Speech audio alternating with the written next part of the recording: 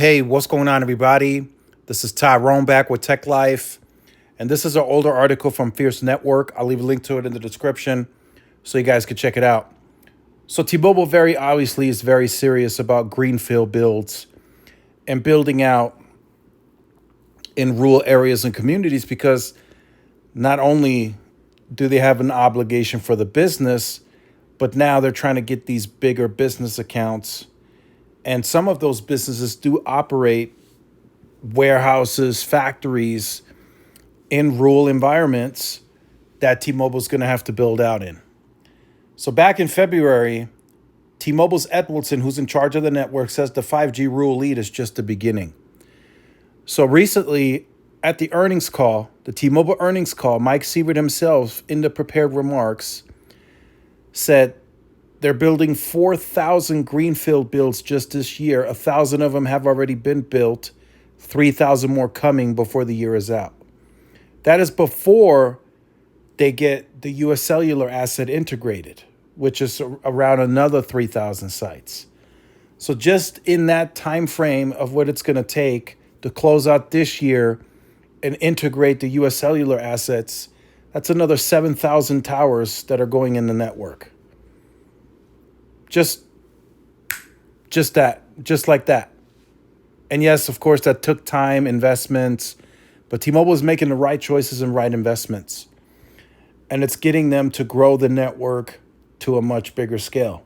7,000 sites, what I estimate would be within a time frame of 18 months. It's pretty impressive.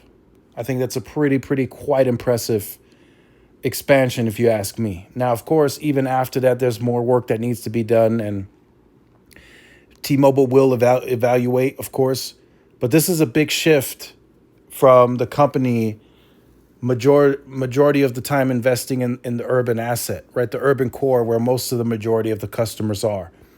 And they have been able to integrate and add a nationwide player in Sprint, which gave them plenty of densification that anyone could only dream of, right?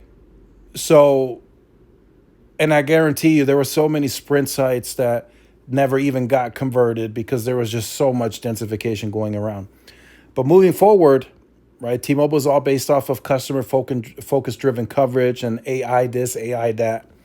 Well, the tools should be telling T-Mobile to invest in rural and that they need to start densifying in the urban core, right, with small cells. I just don't see the huge need for tower sites anymore in the big metros. New York City has plenty of towers. Are there going to still be some cases where a tower site makes more sense? Of course. T-Mobile will evaluate, but the AI tool should be telling them to deploy small cells now. DAS systems, right? They run it through that system, and it should be coding and telling the engineers what they should be deploying. And of course, there's still the human aspect of it. So they're still going to decide.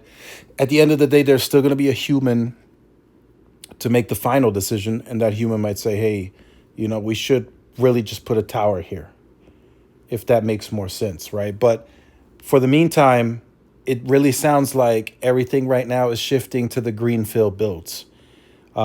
This year, next year, maybe even 2027, T-Mobile might continue deploying several thousand tower sites in the rural environment just to get the network up to par there, right? There's still many areas, because you got to understand the United States is big. So there's still areas that T-Mobile has room for growth where they can co-locate, add new sites. I mean, in Texas alone, they're going to need probably thousands more. There's probably hundreds coming within the next few months. But there's always more that's needed. But I think for now, I think T-Mobile is heading down the right path. I think they have plenty of permits in. And if they aren't in already, they're working with the permitting office to try and get these sites in so they can build. That seems to be a huge focus right now for T-Mobile to really end the status quo once and for all. Any business right now at this juncture should be able to walk up to T-Mobile and say we want to do business. And there shouldn't be any red tape for T-Mobile to say, we don't think we can do that. They should be able to say, yes, we are confident that we are building enough, investing enough to be able to take your business, right? Kind of looking at it from a different perspective. Because for most of the average consumer, the perspective is, will it work for me?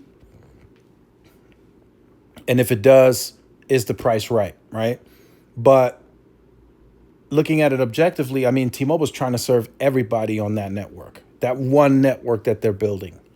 They're trying to serve business, any size business, small, big, medium, whatever. They're trying to serve FWA, business and consumer. They're trying to serve IoT needs. I mean, anything that has a connection, T-Mobile wants to be able to connect it. If it's laptops in the future that'll have a chipset, whatever it might be, T-Mobile is looking to connect it onto the network. So far, they're heading in the right direction. Are there still gripes and complaints? Of course, there will always be. I just made a video saying, where's the C-band that hasn't been deployed, right? Here we are talking about 7,000 sites going up over the next 18 months or so. That's just a rough estimate of mine. I think that money is better served going to that investment versus deploying C-band. I truly believe that. So we'll see what happens. But I think T-Mobile right now is heading down a really good path. And the greenfield builds are coming. Rural communities will enjoy the benefits. And we'll see how far T-Mobile takes this over the next few years. Let me know your thoughts in the comments. Like, share, subscribe. I'll see you in the next one. Peace.